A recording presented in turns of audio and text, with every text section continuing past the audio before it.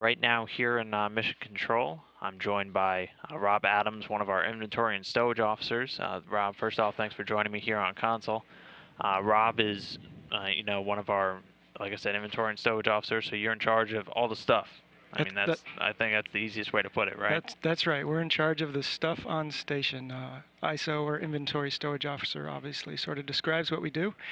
We keep track of the inventory and we keep track of the stowage, where what the stuff is and where it belongs and where it should be. That kind of that's the kind of data that we track. And I mean, that's got to be pretty exhaustive. There's a lot of stuff on station. Just how do you guys, keep track of everything? We have a large database called the Inventory Management System, IMS, that keeps track of pretty much everything that has been launched to station since its inception. And we keep track of where that is based on what the crew tells us, mostly. We really don't have any data or telemetry coming down from the station that indicates where a particular item is at any given moment. We just have to rely on what we've told the crew and what the crew has told us. So you got to work with the crew. You got to make sure they're not lying. They know where everything is. We do often look at downlink video and photos to double check if we see a serial number of a bag or an item or such and such. We check that against where we think it is in IMS and verify that that's what we saw in the picture. Now, Rob, you're the lead ISO for Dragon.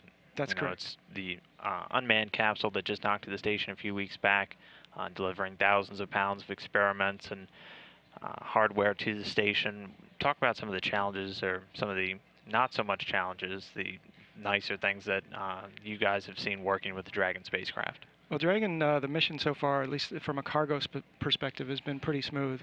The crew, the vehicle berthed on one day, and then the very next day they had unpacked everything, and we expected that to take a couple of days. So it was a very well put together vehicle, and the products we provided them, they told us back, were very clean. So they were able to unpack the vehicle much quicker than we anticipated, which has given us a little bit of cushion as far as packing the vehicle. As with any return vehicle, and I worked several shuttle flights as a transfer, which is similar, where we packed up the MPLM and the mid-deck, etc. There are always changes to the stuff coming down, and that's been the case here. So we have to be flexible and adjust our plans and products accordingly, and that's gone fairly smoothly as well. The crew is a little bit ahead as far as packing the vehicle. We have roughly half of it packed at this point. We have the aft and the starboard rack. Finished off the starboard rack yesterday. So that leaves 2 racks left to go, and it'll be all packed and ready for reentry. Okay. Now, with Dragon, some of the stuff that's been brought up is also returning back down.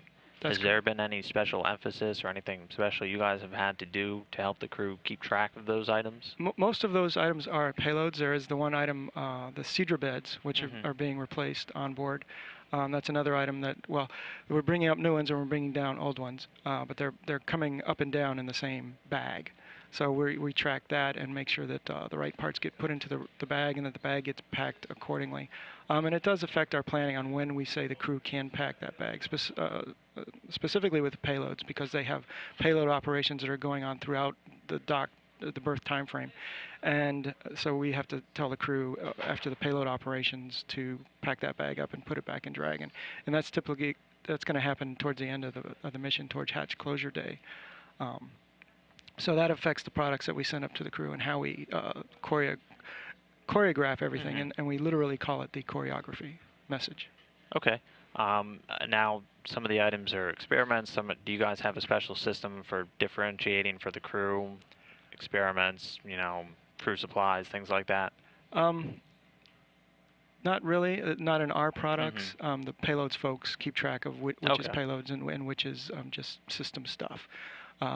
Sometimes, if it is payload dependent, we'll put in our list that this will be packed after payload procedures, such and such, and that indicates to the crew that they need to pack this after the payload operations are complete. Okay. Well, like you said, you're about halfway packed. They didn't lose anything yet, did they? Not yet, no. Okay, nothing fell behind it. Nothing has fallen behind a crack or gone into a ventilation duct or anything, a filter or anything like that. So we're good on that. All right. Well, sounds great. Good luck getting the rest of Dragon packed and keeping track of everything floating around up there on station. Rob, thanks so much for being here with me today, giving a look at one of the many console positions here at the MCC. Thanks. You bet. Thank you.